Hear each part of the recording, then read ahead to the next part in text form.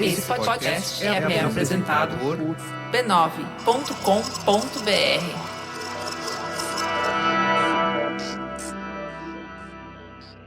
Ao longo desses 3 anos que estamos aqui, eu contei diversas trajetórias de pessoas negras incríveis que movimentaram a história. O História Preta nasceu para falar de nós, e não de mim. Mas hoje eu vou abrir uma exceção. Só dessa vez eu vou contar um pouco da minha história. Ela tem tudo a ver com o porquê eu resolvi criar o História Preta e do porquê eu conto as histórias que conto. Se você está ouvindo essa temporada desde o início, sabe que fui militar da Marinha por 14 anos e recentemente pedi exoneração para me dedicar ao podcast. E é sobre isso que eu vou falar. Eu tentei pensar em diversas formas interessantes de contar essa história para você. Afinal de contas, é isso que eu faço aqui. Pego histórias reais e deixo elas interessantes, usando entrevistas, trilha sonora e desenho de som. Então pensei em N maneiras elaboradas de te dizer o que eu tenho para te dizer. Mas achei que seria melhor fazer isso de maneira mais simples possível. Uma pessoa contando uma história para outra. E é isso que eu vou fazer.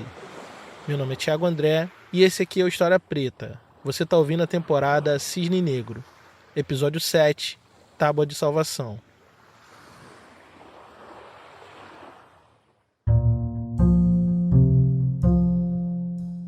Eu nasci num raiá de um novo Brasil em 1989. Tinha pouquíssimos meses que a Assembleia Nacional Constituinte havia promulgado uma nova Constituição que garantia aos brasileiros liberdade, igualdade, saúde e tantos outros direitos fundamentais. Mas na minha rua mal tinha saneamento básico e ninguém ainda tinha experimentado os tais direitos fundamentais. Essa rua sem calçamento, de terra batida, fica em Haste, o último bairro de Nova Iguaçu, na Baixada Fluminense. Foi lá que uma jovem de 19 anos, chamada Ana Cristina, ainda fazendo curso normal, a formação de professores, descobriu que estava grávida de mim. E isso deve ter virado a vida dela do avesso. Meus pais não eram casados e mal tinham de onde tirar o sustento. Mas mesmo com um bebê a caminho, minha mãe não parou de estudar. Isso quer dizer que mesmo antes de eu nascer, eu já estava indo para a escola todo dia. Ao contrário da minha mãe, meu pai tinha pouco estudo e estava desempregado.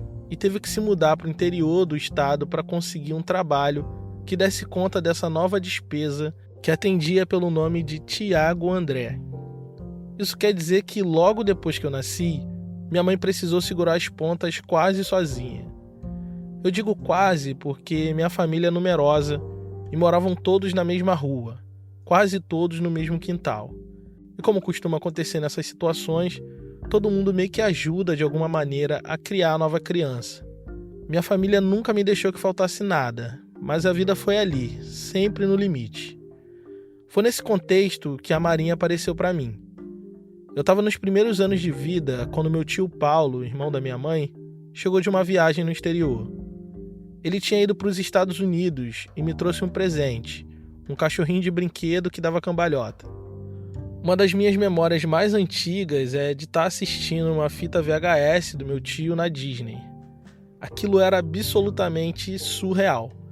Nossa rua não tinha nem calçamento, mal tinha saneamento e meu tio estava abraçado com Mickey na Disney. Ele era a primeira pessoa da família a sair do país. Na verdade, ele era a única pessoa da família que morava num apartamento no centro da nossa cidade. Meus primos tinham videogames, jogos de tabuleiro, estudavam numa escola legal, e tudo isso só era possível porque meu tio era militar da Marinha. Durante anos eu nutri o sonho de ser como meu tio, um marinheiro. Eu sabia que aquela era a minha melhor chance de ter as coisas que sempre quis, mas que minha mãe nunca pôde me dar.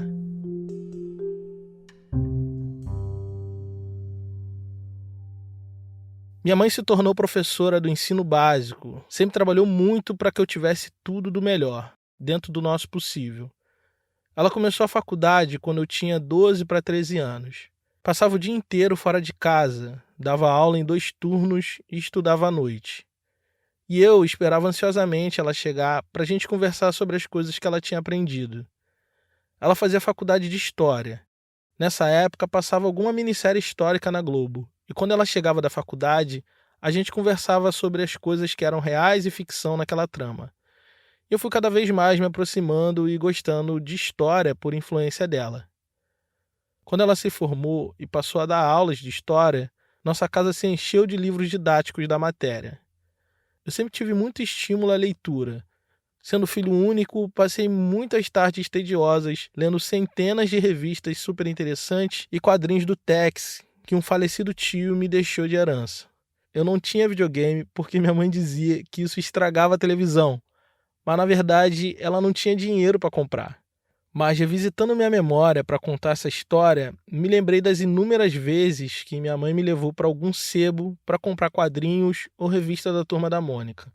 Então, quando os livros didáticos de história começaram a chegar lá em casa, o meu hábito de leitura já estava muito bem construído. Isso foi um terreno fértil para florescer uma paixão pela história e talvez um dia, assim como ela, ser um professor. Mas a gente cresce e começa a entender que a vida não é um morango. Minha mãe ralava o dobro para receber a metade.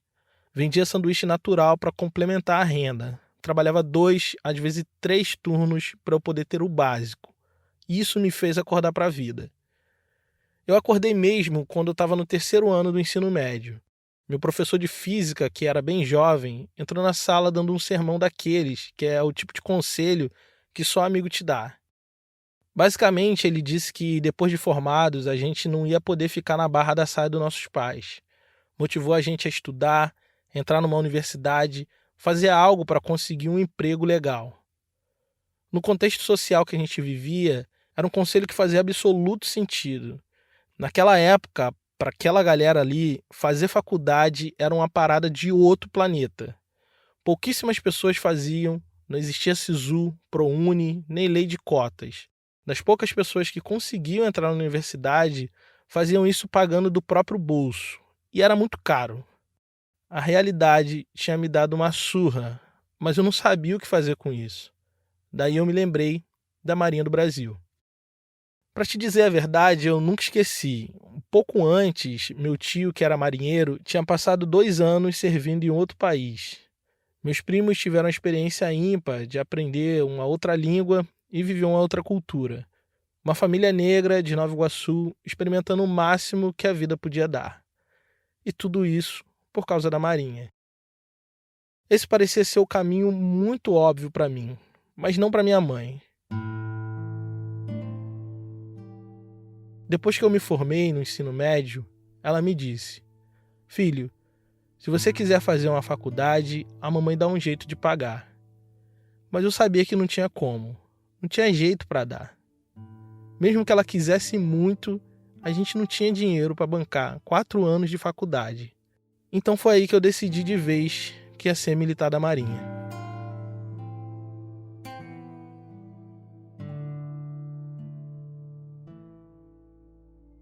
Eu sou o mais novo de 7 primos. Quase todos eles fizeram prova para entrar na Marinha e outras forças militares, mas nenhum deles tinha passado ainda. Eu não achava que pudesse conseguir. A média histórica não estava a meu favor.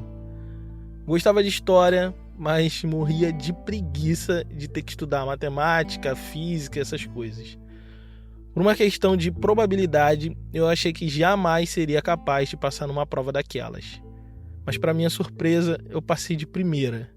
E em 2008, eu ingressei como aluno na Escola de Aprendizes Marinheiro de Santa Catarina.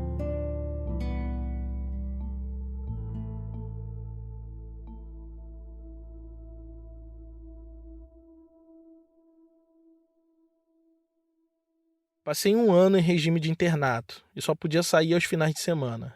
Respirava militarismo 24 horas por dia. Sob um regime de confinamento e vigilância, com rituais de disciplina e recompensa, meu espírito militar foi sendo moldado. E quando voltei para a vida real, para o seio da família, servindo em uma organização militar regular no Rio de Janeiro, tive certeza absoluta que queria aquela vida para sempre. Mas com o tempo, eu iria descobrir que estava enganado. Eu tinha só 19 anos e ganhava um bom salário. Pude comprar meu primeiro computador, meu primeiro videogame e ter uma vida financeira mais tranquila. Era exatamente isso que eu estava buscando quando entrei para a Marinha. Então, cumpri com todo o script que me foi ensinado. Foram anos de cabelo cortado, barba feita e sapato engraxado. E depois de muito sim senhor, muito sapo engolido, eu fui selecionado para o curso de cabo. A promessa de um salário melhor, de uma vida militar um pouco mais tranquila, renovou meu ânimo para a carreira. Mas daí eu tive que lidar com a minha primeira grande frustração na vida militar. Ao término do curso, descobri que não poderia ficar no Rio de Janeiro. Iria passar os próximos 5 ou 6 anos em algum canto do país, bem longe da minha família. Aquilo me tirou o chão. Apesar de saber que a vida militar é esse poço de imprevisibilidade, sabia também que era perfeitamente possível passar a carreira inteira sediado no Rio de Janeiro. Com meu tio foi assim, com outros colegas também foi assim, mas comigo não. Então escolhi passar os próximos anos da minha vida numa cidadezinha pequena e fria no extremo sul do Rio Grande do Sul, chamada Rio Grande. Uma cidade pouco convidativa, mas que tinha um atrativo para mim. Por ser considerada localidade especial, eu recebia 20% a mais do meu salário e a cada 2 anos servindo lá, eu reduzia 8 meses para minha aposentadoria. Parecia ser uma ótima troca para aquele enorme inconveniente de estar longe de casa e longe da minha família. O que eu não sabia é que nesse lugar a minha vida mudaria para sempre. O primeiro impacto que Rio Grande causou em mim foi descobrir que ela era uma cidade muito negra. No primeiro episódio do História Preta eu falo sobre isso em detalhes. Durante anos eu fui levado a acreditar que o Rio Grande do Sul era um estado branco, exclusivamente branco, de forte cultura alemã, italiana e tudo mais. Mas não. Descobri em Rio Grande, sua vizinha, Pelotas, uma forte tradição de terreiros, escolas de samba e outras expressões culturais negras.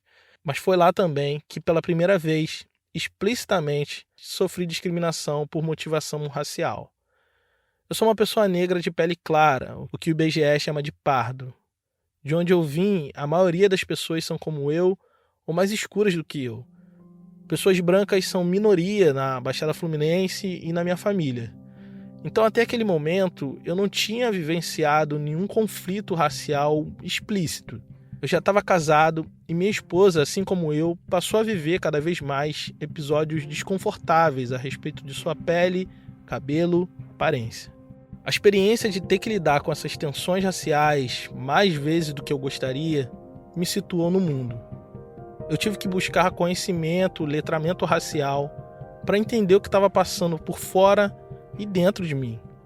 Foi no livro Tornar-se Negro, de Neuza Santos, que encontrei a melhor resposta. Nascer com a pele preta ou outros caracteres do tipo negroide e compartilhar de uma mesma história de desenraizamento, escravidão, discriminação racial não organiza por si só uma identidade negra. Ser negro é tomar posse dessa consciência e criar uma nova consciência. Assim, ser negro não é uma condição dada a priori, é um vir a ser. Ser negro é tornar-se negro. E naqueles dias, eu me tornei.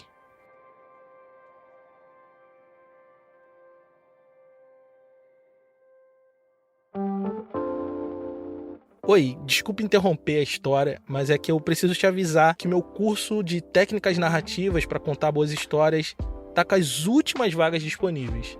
Então, se você quer saber como eu transformo histórias e acontecimentos reais em narrativas interessantes, clica no link aqui na descrição desse episódio para saber mais. As aulas serão online nos dias 16 e 17 de julho, mas ficarão gravadas para quem não puder estar ao vivo. Então acesse o link aqui na descrição para garantir a sua vaga. Nos vemos lá.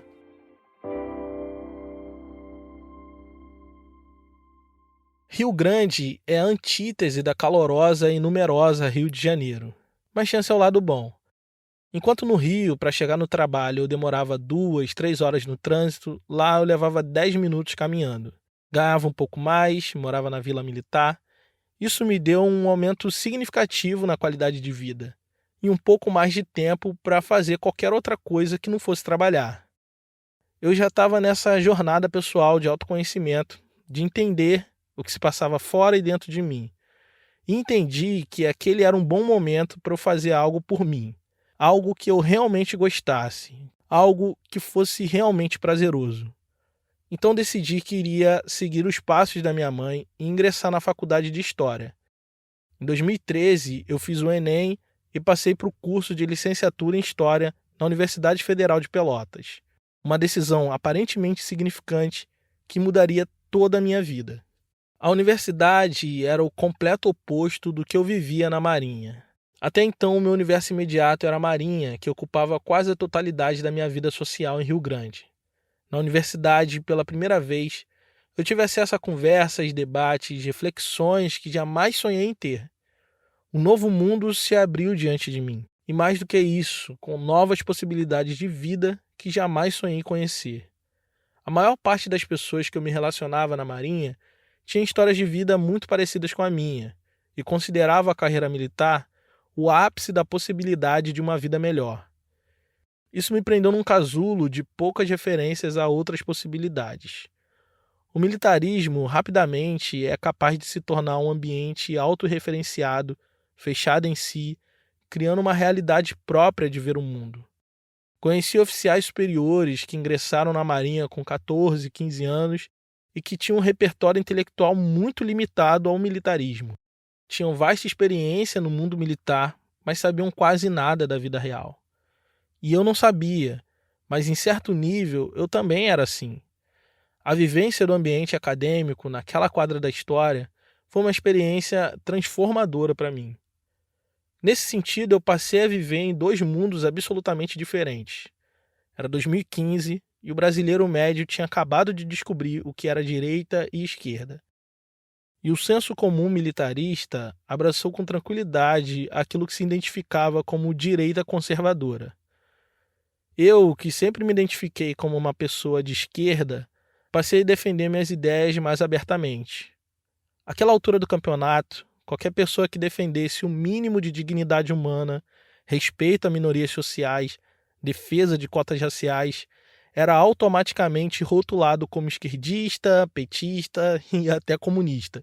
Mas eu nunca me importei de me identificar como uma pessoa de esquerda. Naquela época, nas Forças Armadas, isso não era uma questão delicada. Em pouco tempo, eu fiquei conhecido como um militar de esquerda que fazia faculdade de História na Federal. Muitos estereótipos para ter que lidar. Foi aí que o conflito interno começou. Vivendo em dois mundos, eu passei a me questionar em qual mundo eu queria viver. Em qual deles eu queria passar o resto dos meus dias. A Marinha fazia cada vez menos sentido para mim. Eu estava longe da minha família, da minha mãe, e perdi acontecimentos importantes na vida das pessoas que amo. Naquela altura, eu comecei a perceber que eu estava renunciando o que eu tinha de mais valioso em troca de um salário e de uma promessa futura de aposentadoria. Comecei a ver que eu estava dando muito mais do que a Marinha era capaz de me retribuir. Nesse momento, eu comecei a nutrir o sonho de deixar a vida militar.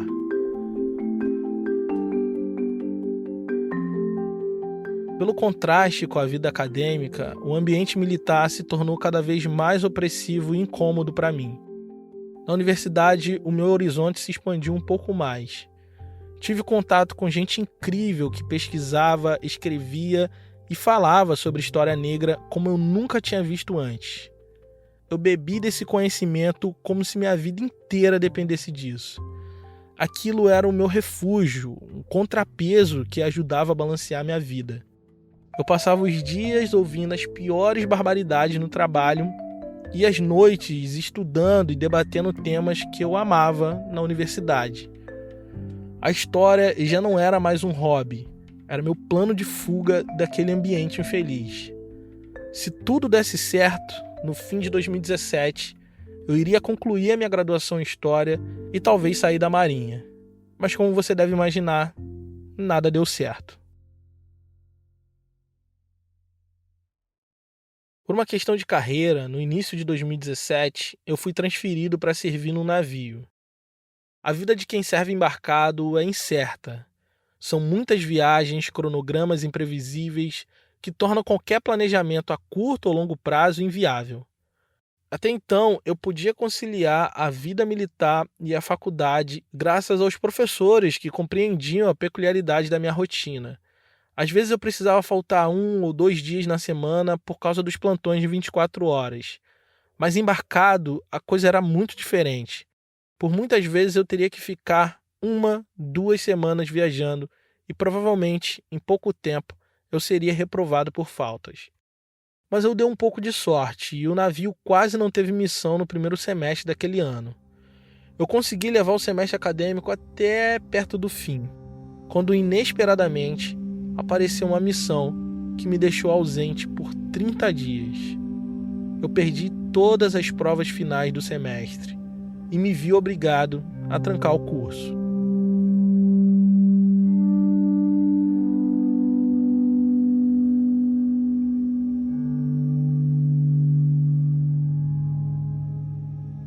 Eu não sei nem te explicar o tamanho da minha frustração naquele momento. Tentei conseguir alguém que fosse no meu lugar na viagem, mas ouvi do meu comandante que o que pagava minhas contas era a Marinha. Então era ela que tinha que ser prioridade. Naquele contexto, ele tinha razão. Como se não bastasse tudo isso, da minha família, no Rio de Janeiro, chegou uma notícia muito ruim. Minha mãe estava hospitalizada. Tinha acabado de sofrer um AVC.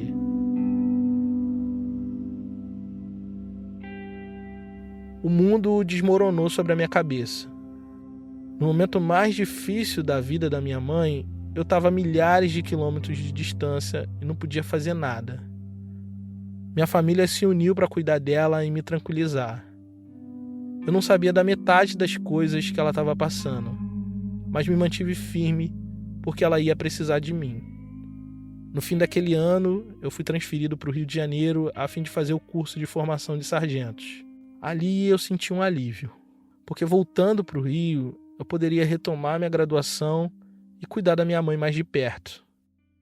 Mas o ano era 2018, ano de eleições presidenciais, e aquele clima de polarização que eu vivi nos quartéis de Rio Grande, que se limitava a debochar da minha posição política, rapidamente passou para a ofensa e da ofensa para a ameaça.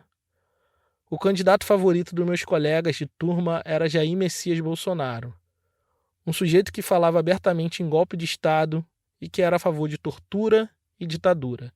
Esses colegas sabiam que eu era uma pessoa de esquerda, sabiam que eu pensava das ideias do candidato à presidência e à medida que Bolsonaro crescia nas pesquisas, mais as pessoas se empoderavam da promessa futura de um Brasil militarizado. Aquele foi um ano esquisito para mim dentro da Marinha. O mesmo centro de instrução que eu tinha feito meu curso de cabo anos antes, agora estava um pouco diferente. Tudo era demais, mais nacionalismo, mais culto aos símbolos nacionais, canções militares, placas e cartazes com palavras de ordem para todo lado, um ambiente saturado de militarismo, absolutamente sufocante para mim. O problema de estudar a história do Brasil é que você sabe muito bem como as coisas escalaram antes do último golpe militar. Nós sabemos o que aconteceu com jornalistas, intelectuais, professores universitários, possíveis inimigos do regime. O que não sabemos, ou sabemos muito pouco, foi o que aconteceu com os militares abertamente de esquerda que foram contra o golpe. E assim como em 64, em 2018, ninguém esperava pelo pior. Ninguém nunca espera pelo pior. Eu sentia medo e não sabia se aquilo tinha algum fundamento. Mas no fim do primeiro turno, eu tive a minha resposta. Eu estava chegando no trabalho acompanhado de um colega e no alojamento estava rolando um papo xenofóbico meio escroto. O pessoal, em tom de brincadeira, estava dizendo que Bolsonaro só não ganhou no segundo turno por culpa dos nordestinos que não sabiam votar. Na Marinha tem muito nordestino. Inclusive, o colega que estava comigo era do Piauí e tinha votado no Bolsonaro. Tá vendo aí? Isso que eu fico puto. Esses papos nada a ver com nada que alimenta a xenofobia. Você é nordestino e votou no cara. Antes que eu pudesse terminar minha frase, um outro militar que vinha logo atrás passou no meio de nós e falou: "Tô louco pro Bolsonaro ser eleito logo, pra que gente merda igual você desapareça." Minha carne gelou. Até o colega que estava comigo ficou espantado com a situação. Eu nunca tinha dado nenhum motivo para aquele cara ser ofensivo daquele jeito comigo. Até então, a gente tinha uma relação até cordial. Mas por algum motivo ele se sentiu à vontade para me ameaçar da maneira mais estúpida na presença de dezenas de pessoas. Eu realmente não sabia que tipo de reação a eleição do Bolsonaro poderia desencadear. Em março daquele mesmo ano, a vereadora Marielle Franco tinha sido brutalmente assassinada em circunstâncias ainda não esclarecidas. Eu vi e ouvi os piores absurdos a respeito dela saindo da boca de gente que eu até respeitava. As pessoas não tinham nenhum filtro, nenhum freio, tava à vontade para falar e agir como quisesse. Aquilo me acendeu um alerta e eu tive que tomar uma decisão difícil para me proteger. No fim daquele ano, ao término do curso, mais uma vez eu deveria escolher um novo lugar para servir. E eu sentei com a Carol, minha esposa, e expus todos os meus medos que eu estava sentindo naquele momento. Juntos, nós traçamos um plano de prevenção. Eu voltaria para Rio Grande e, se tudo desse certo, eu iria retomar minha graduação em História na UFPEL e tocar minha carreira até conseguir sair de baixa da Marinha. E, na pior das hipóteses, numa situação de ruptura institucional, a gente estaria perto o suficiente da fronteira do Uruguai para tentar fugir. Eu sei, parece loucura, paranoia, mas eu tinha que tomar uma decisão rápida e poderia ser definitiva para os meus próximos anos. Mas isso implicava em outras questões delicadas. Minha mãe ainda estava se recuperando das sequelas deixadas pelo AVC, e mais uma vez eu me via obrigado a me distanciar. Ela tinha um companheiro e uma rede de apoio familiar. Então eu tive que tomar uma decisão muito difícil que afetaria todos ao meu redor. Pelo meu bem, pelo bem dela, eu tomei a decisão de partir. Mas o meu plano deu completamente errado.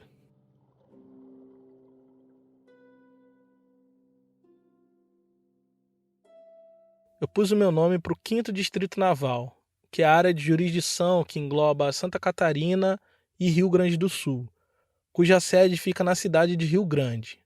Ou seja, a maior parte dos militares designados para o 5º Distrito são encaminhados para Rio Grande, e essa era a minha expectativa. Mas não foi isso que aconteceu. Num dia à noite, recebi uma mensagem de um amigo me dizendo que eu não iria para Rio Grande. Na verdade, eu estava indo para São Francisco do Sul, no norte de Santa Catarina, longe do Rio de Janeiro e bem longe da fronteira. Ali, o meu mundo caiu. Rapidamente, eu peguei o meu computador e fui pesquisar nas cidades próximas se tinha alguma universidade federal com curso de História. E não tinha. Nenhuma delas tinha.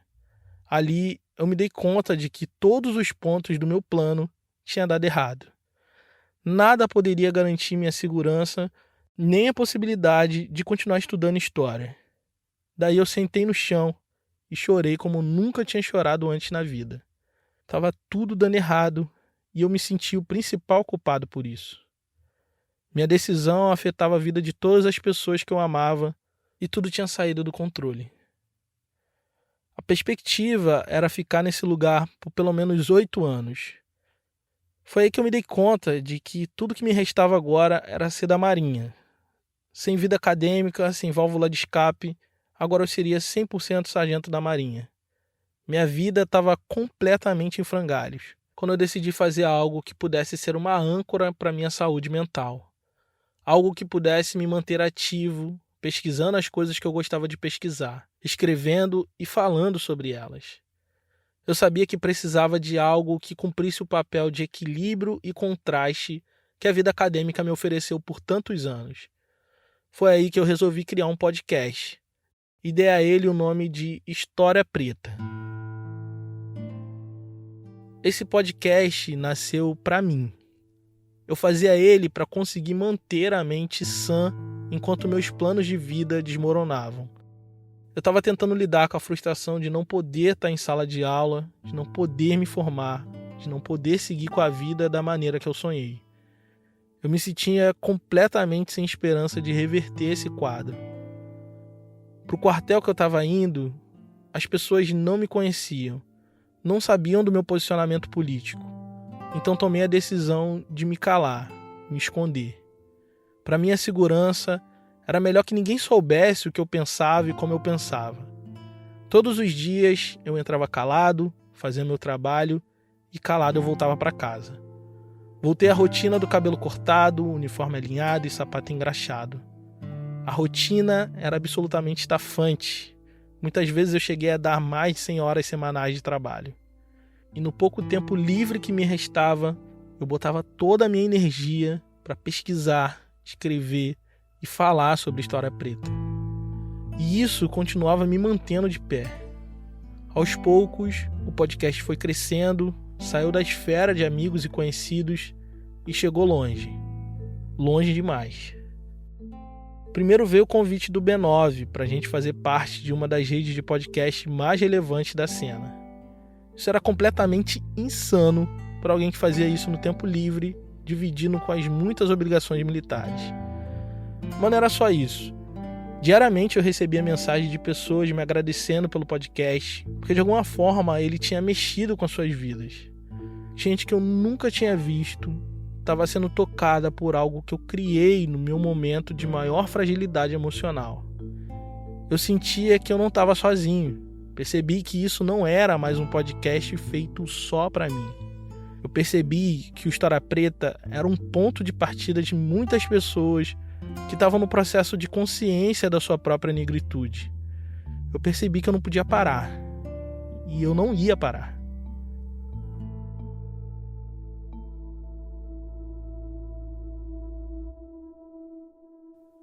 Minha vida virou um paradoxo inacreditável. Enquanto o podcast crescia, ficava conhecido, o plano de me manter discreto ia se dissolvendo.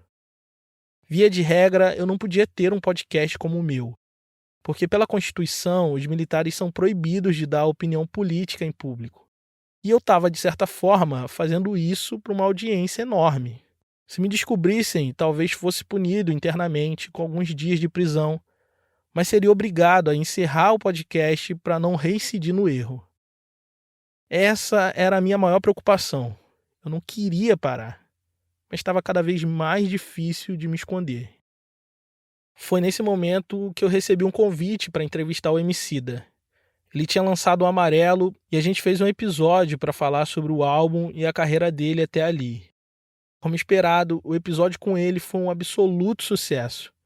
E eu não podia nem acreditar o quão longe isso aqui estava chegando. O Emicida, uma das pessoas que eu mais admiro, que foi trilha sonora da minha vida desde o primeiro ano na Marinha, era ouvinte do meu podcast. Eu nunca estive tão feliz como naqueles dias. Mas a alegria não durou muito. Paralelo a tudo isso, lá no Rio de Janeiro, por uma associação de coisas, a rede de apoio da minha mãe estava muito fragilizada. Ela precisava de mim por perto para tocar a vida. E a única coisa que me mantinha longe dela naquele momento era a Marinha. Então eu fiz o requerimento de movimentação por motivo social. Pedi à instituição que me movimentasse para o Rio de Janeiro porque minha mãe precisava de mim, porque eu sou o único filho que ela tem. Anexei laudos, conversei com assistentes sociais, fiz tudo o que tinha que ser feito para que pudesse voltar para o Rio. Na verdade, na Marinha eu sempre fiz tudo o que tinha que ser feito. Apesar de não gostar da carreira militar, eu sempre cumpri com o meu dever. Nunca cheguei atrasado, nunca tomei nenhum tipo de punição disciplinar, tinha conceito alto, 0 ponto perdido na carreira. Eu nunca pedi nada para a Marinha. Nunca requeri nada fora do normal para os meus superiores. Pelo contrário, eu sempre me doei, sacrifiquei coisas valiosas para cumprir o meu dever. E no momento que eu mais precisei da Marinha, a primeira e a única vez que eu precisei da Marinha, que eu pedi algo para a Marinha, ela me deu um alto e sonoro não. Sem nenhuma justificativa plausível, as autoridades navais me negaram a possibilidade de cuidar da minha mãe. A gente sabe que não vale nada para essa gente. A gente sabe que somos só um número, uma mera força de trabalho utilizada no cumprimento do dever. Mas constatar isso na própria pele me tirou o rumo de uma forma que eu nem sei explicar. Naquele dia eu fui para casa com o peso do mundo nos meus ombros. Me senti muito culpado pelaquela situação de merda. No momento de dor, de dúvida, angústia, eu me agarrei com todas as forças na única coisa que me mantinha bem. No meio daquela tempestade, o História Preta foi minha tábua de salvação. Na Marinha, para minha paz, eu me mantinha calado, quieto e obediente. mas me sentia absolutamente desvalorizado. Mas no podcast eu podia ser eu mesmo, curioso, falante e criativo. De alguma forma eu era recompensado por isso. Botei toda a minha energia para que esse projeto desse certo, porque naquele momento essa era a única coisa que dava algum sentido significativo para minha vida. No momento de dor, dúvida, angústia, eu me agarrei com todas as minhas forças na única coisa que me mantinha bem. E foi isso que me sustentou nos meus piores momentos. Por diversas vezes eu pensei no que poderia acontecer se eu encarasse a História Preta não como uma válvula de escape, um contrapeso da vida militar, mas como um projeto de vida, um plano de fuga daquela vida infeliz. Foi quando um dia a Carol, minha esposa, me disse a frase que mudou tudo. E se você sair da Marinha? Qual a pior coisa que pode acontecer? Eu percebi naquele momento, naquele instante, que a única coisa que me trazia insegurança, dor, angústia, era o fato de que eu queria ser um historiador, falador, contador de histórias esquecidas, mas que precisava se esconder sob o uniforme de marinheiro. Mas precisava? O que será que poderia acontecer se eu não tivesse uma bola de ferro chamada Marinha presa nos meus pés, dificultando minha caminhada? Foi aí que, depois de 14 anos de carreira militar, eu decidi deixar a Marinha.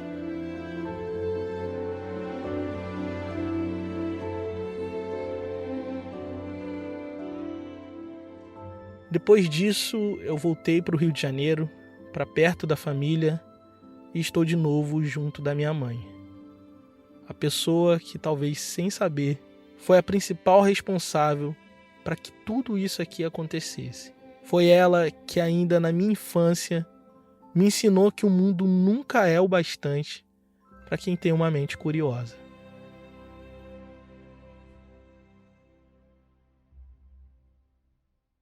Eu não sei o que de pior pode acontecer na vida de alguém que decidiu abandonar a Marinha. Eu só sei que agora eu tenho vivido os melhores dias da minha vida. E se você quer saber onde tudo isso vai dar, continua aqui ouvindo sempre o História Preta. Esse podcast é uma produção História Preta. Considere nos apoiar em apoia.se/História Preta. Esse foi o último episódio da temporada. Agora a gente entra num pequeno hiato criativo, pequeno mesmo, e volta logo menos com uma nova temporada. Nos siga nas redes sociais, @História_Preta no Instagram, História Preta tudo junto no Twitter e TikTok. Obrigado por ouvir e até a próxima.